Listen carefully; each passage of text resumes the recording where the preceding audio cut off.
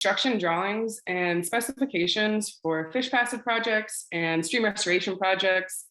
And hopefully we're just going to walk away with a better understanding of these two deliverables and how we can read and use them.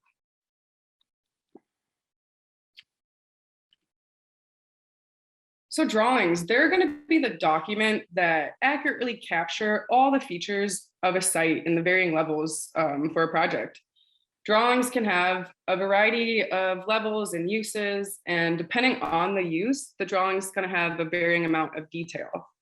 We're going to walk through what they look like in this progression when they are finalized, and how us as project managers, designers, planners, or permitters, we can really be a part of the process to make sure our project has quality drawings and specs.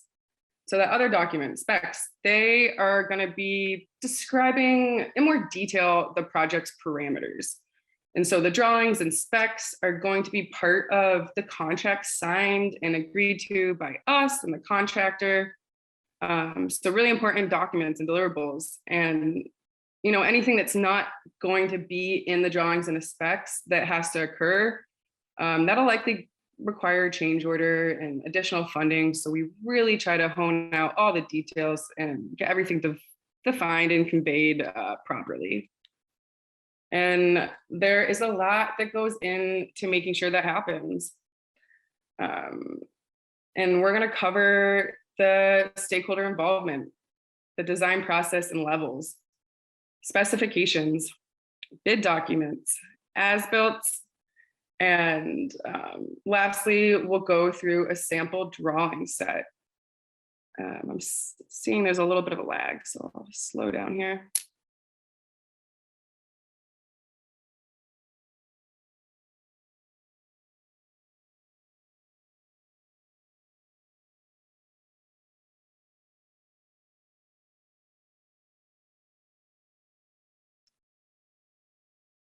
So stakeholders, stakeholder involvement. Yeah, it's so important to get comments from all different types of stakeholders during the development of these drawings and specs. Typically, we'll do multidisciplinary reviews at concept, 35%, 65%, and 95%. If the project is less complex, it may only need a 35 and a 95% review. Just checking, are we on my stakeholder involvement slide? I'm just thinking there's a little bit of a lag. Yep, that's what I see. Yep. Great, thanks. And who are these stakeholders that we want involved? They are going to be the owners, funders, subject matter experts, permitters, biologists, engineers, hydrologists, project managers, and planners. Involving all of these key players really is going to help prevent costly changes during construction, and it's going to catch all the mistakes and problems in the design phase, and that is where we want them caught. And in the design process, these drawings are really going to help ensure that the project is buildable and realistic. The drawings become a really beneficial visual aid and visual check.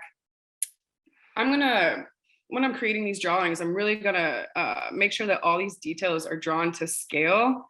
And that's gonna help me in the design process of figuring out how many brush layers I may need or what type of clearance I have for topsoil. So the drawings help in the design process, but I just want to take a second to note, even though I'm drawing all these details to scale, in the drawing set, you almost always will see a not to scale underneath the detail. And that's really there to discourage any scaling off the drawings during construction and save a whole slew of mishaps from occurring. And now that we've kind of dialed in on our design, we'll start with our concept drawings. This drawing is going to describe what we will build, but not really how we're going to build it. It's often going to just be a plan view that we might call a 15% design. The concept level drawings, they're going to be used for public presentations or to communicate the designer's intent or vision to the stakeholders. and hopefully going to contain enough information to do a cost estimate so that we can start verifying funding. And at this point, there should also be enough information for the engineer or hydrologist to complete a draft hydrology and hydraulic analysis to really ensure that the project is feasible. So as we're progressing at the 35, 65, and 95%, we will begin to just develop more details. This slide, which I'm hoping you guys are seeing, maybe give it 1 second. This slide is going to show fish anatomy details, but you guys seem to be, oh, here we go. Yeah, so you can see fish anatomy details here, and these details are super similar to the types of details that engineers are going to use to instruct a contractor how to build a fish passage project. And these are great details to understand the fish anatomy, right? But they're not going to tell you the 100% story. So we're going to have to make some more details because some things are just way too small to adequately show in a cross section or profile. So these large scale details will have the close-up views of the different parts of the fish, right? And this is the same in fish passage design. We have these construction details that have such a vital amount of information that's really critical to the project's success. And we work hard on these details, and they're finalized throughout the different levels of the multidisciplinary reviews with our partners and stakeholders. And after all that finalization and our drawing set is complete, we can work on our quantities and finalizing those. This quantity table is going to contain all the bid items on the drawing that we will need to have accounted for in the specifications, the permits, and in our bid documents.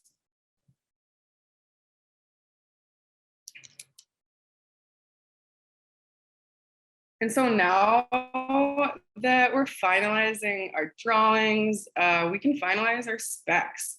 Our specs are going to contain our scope of work, materials to be used, such as the gradation of the street bed material, methods to be used for installation, stormwater pollution and prevention BMPs, and permitting requirements. This is going to cover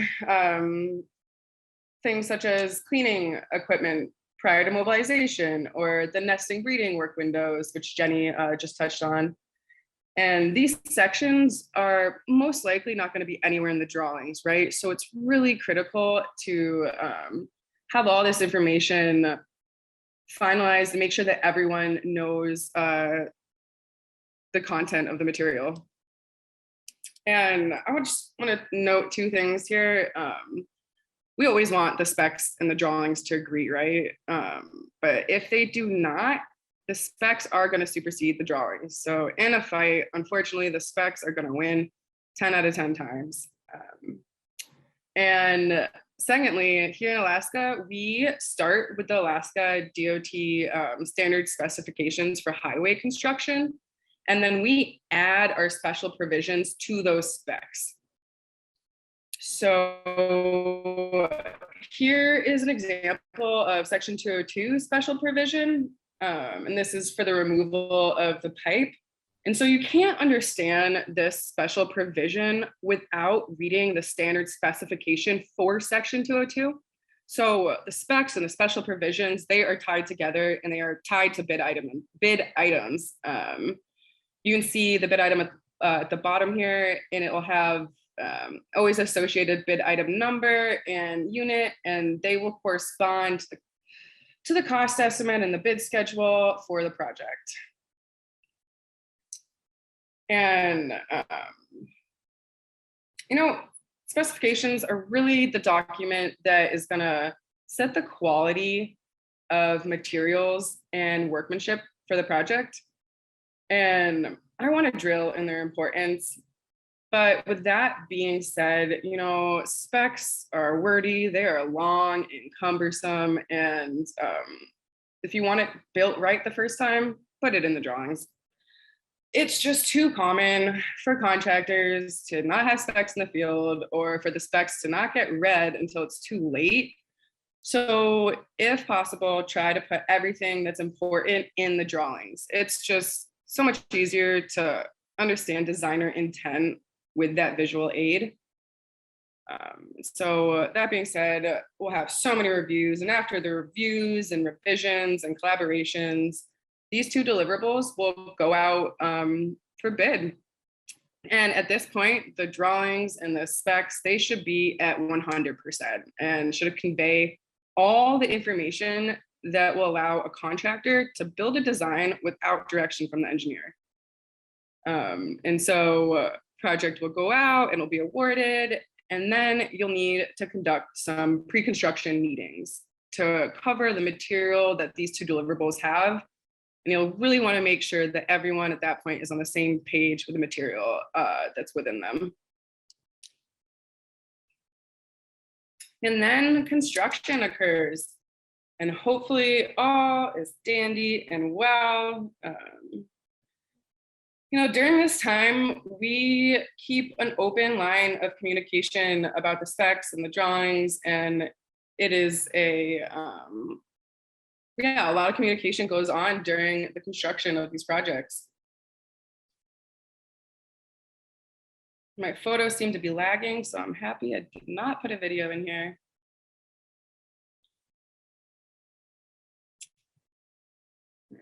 Just catch you guys up with my photos here.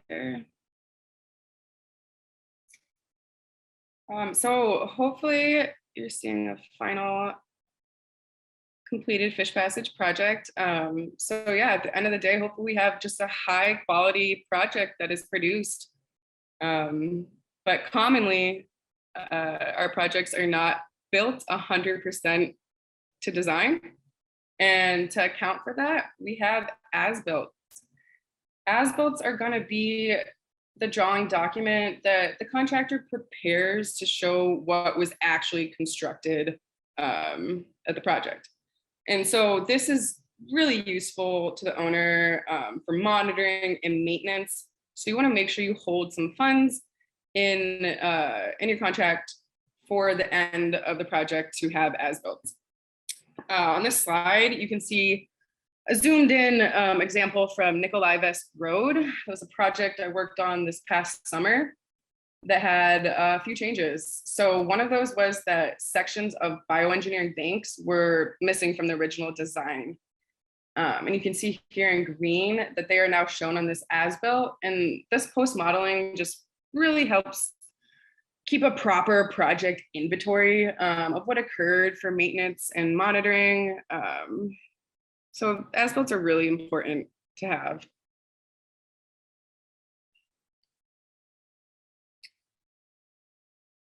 Great, and now with that, I'm going to take you through just a typical drawing set real quickly. I want to say that this is our standard outline for Fish and Wildlife Service, but there is no standard outline. All drawing sets are going to be arranged differently. Really, what's more important is the content, not how it's arranged necessarily. So I will go through this list here, starting with a title sheet. So this sheet is going to contain a vicinity map, a road name and stream name, orientating you to the project's location. And it'll also contain your drawing index here for your drawing sheet or your drawing set. Next will be the quantities and general notes sheet. This will have the quantity table that we just spoke on. General notes will be here that'll highlight important issues for the project. You can find your legend here along with your abbreviation tables and your estimating factors. So this sheet contains a whole slew of really valuable information. Your survey sheet is typically next, and this is going to be a detailed mapping of the existing conditions of the site. It's going to show the topo, existing structures, utility, and I just want to note here that a lot of the survey data that Heather taught we need for design earlier in the webinar is not shown on this sheet, right? This sheet's just going to show the survey information that we need for construction. The demo plan. So this sheet typically shows the extent of clearing and grubbing. You're going to be able to find your limits of disturbance here, which is helpful for some of those permits. And next you'll have your site plan. And this is going to lay out the new proposed project. It'll show new conditions and have some good point table information. Crossing plan and profile. So this is going to show the culvert crossing bridge, and it's going to show the plan view and the profile of the culvert and the final stream. It's also going to show the elevation of the features with typically point tables calling those elevations out. Next, we'll have our substrate plan, and this sheet's really important. It's going to describe the stream bed material to be used both inside and outside of the culvert.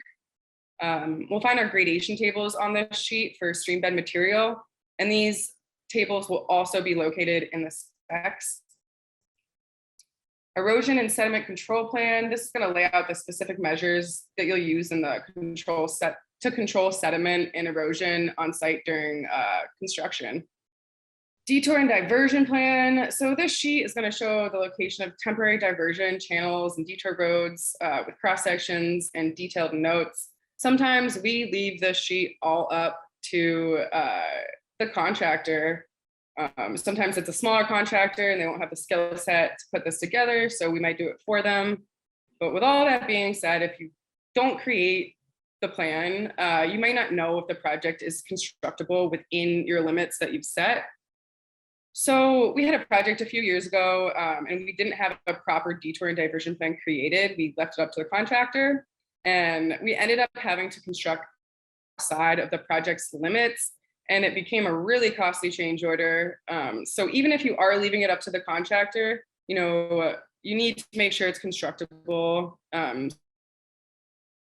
you might as well make a plan and draw it out. And if you are leaving it up to the contractor, the design engineer still needs to review and sign off on those plans.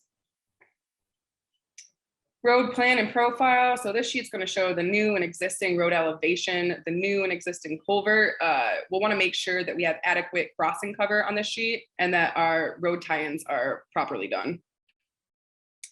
Crossing detail. So this is going to show the stream fill material, bank material, the channel geometry, calling out the low flow channel and bank fill dimensions for inside the culvert through your crossing.